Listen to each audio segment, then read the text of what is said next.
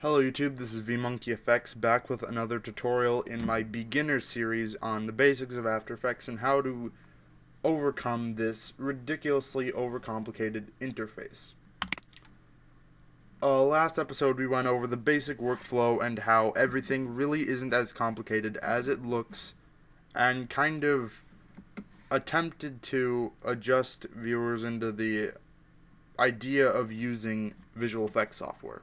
So if you haven't seen that, I would suggest going to give it a shot and go take a look at it, because I will be referencing a few things that I did in the previous tutorial in this tutorial. So I would seriously suggest heading over there to watch that video first.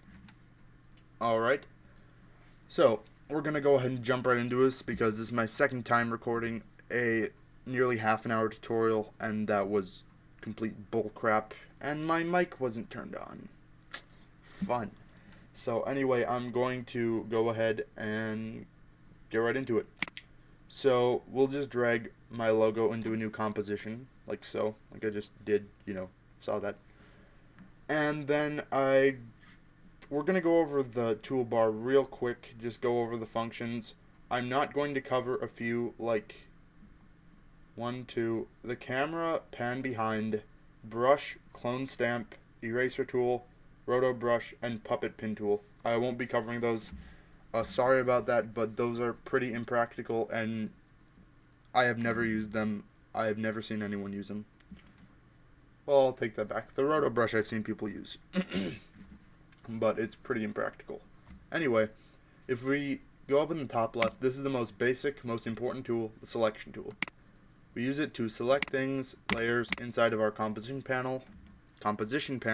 I cannot speak today. Composition panel, and move things around.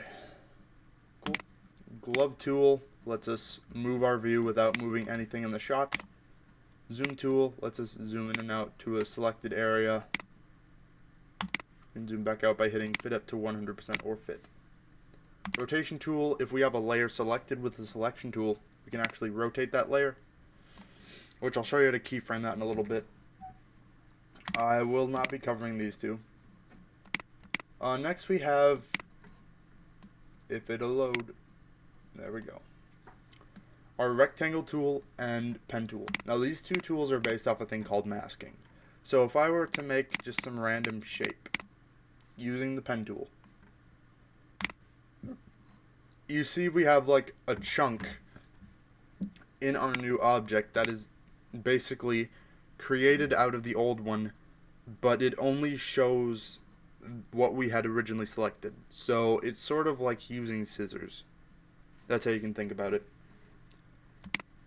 And that's pretty much all there is to it. So it's pretty vital for use in visual effects. You're going to be using this a lot. There are some settings and stuff to make it look all pretty, because this looks like trash, but that's the basics of it. And this works the same way as well. You just sort of rectangle tool, rounded rectangle tool, ellipse tool, which is basically a circle, polygon, and star tool. So I can make a star. Nope, that wasn't right.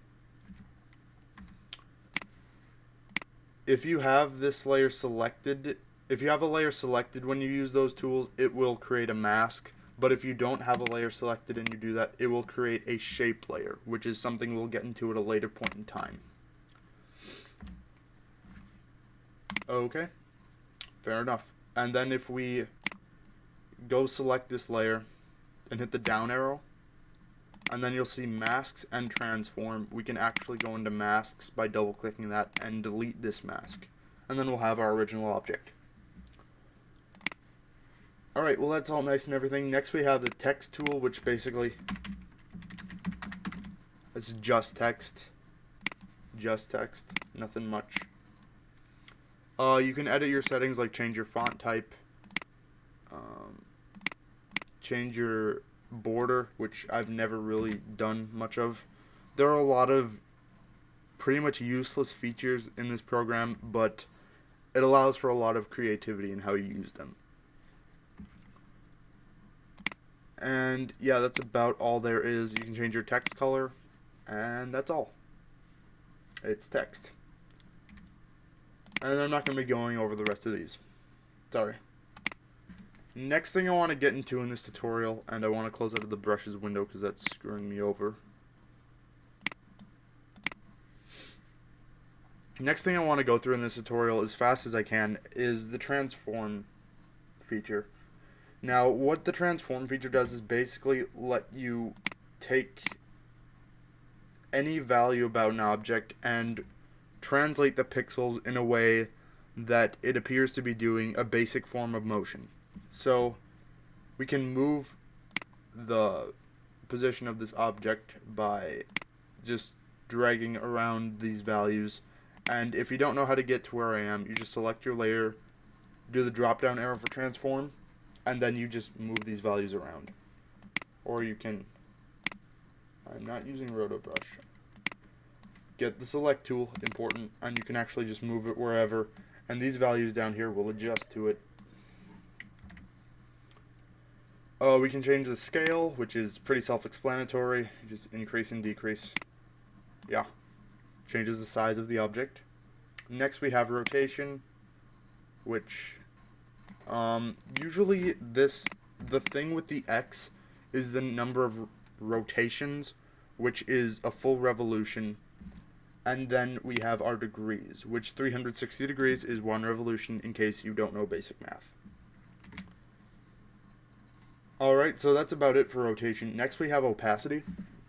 And opacity is kind of like the opposite of transparency. So if I set opacity to 0%, that means this layer will, I didn't mean to do that. This layer will not be visible. And then we can slowly drag it up, and it's completely visible now. So that's kind of how that works. Yeah, pretty basic.